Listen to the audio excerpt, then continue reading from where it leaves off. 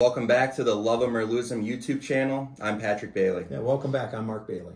And today we're going to be talking about a part of the court that people often hear about but don't know about, and that's the friend of the court.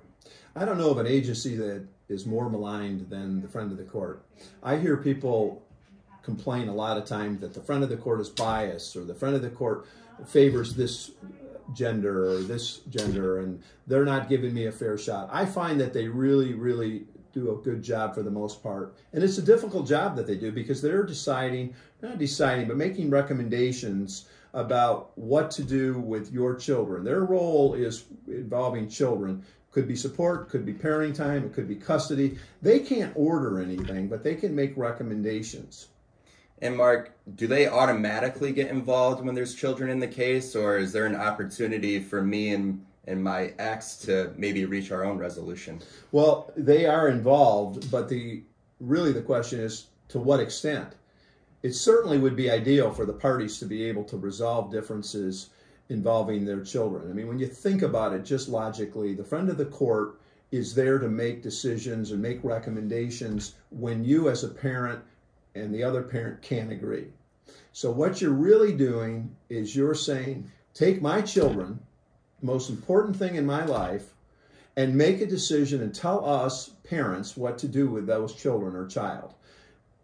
That, I think, is something that the parties really need to think long and hard about. Again, that's what their job is. They'll make recommendations, but to suggest they'll make a recommendation that's in your children's best interest when they don't even know your children is really making a leap of faith. And Mark, when the friend of the court comes up with this decision, is that going to be forever until my kids turn 18? Well, they'll make recommendations. If you don't like it or the other spouse doesn't like it, you can file objections, but then you're going to go to some other party, like a referee who do great jobs, generally speaking, or a judge who will listen intently to try to decide. But ultimately, no matter if it's the friend of the court or a referee or a judge, you're really saying, we can't do this as parents. We're going to let some stranger make a decision about our children. It's just something that I would try to avoid. Make the decision, use the friend of the court to enforce orders if somebody's violating it.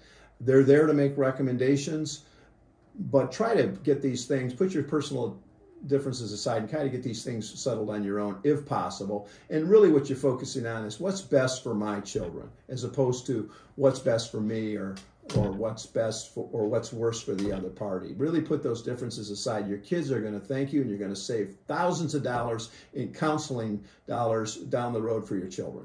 So there you have it. That's a broad overview of what the friend of the court does and who they are. Make sure you click the like button, click the subscribe button. Check back next week for another video. Yeah, see you next week. Come on back and see us.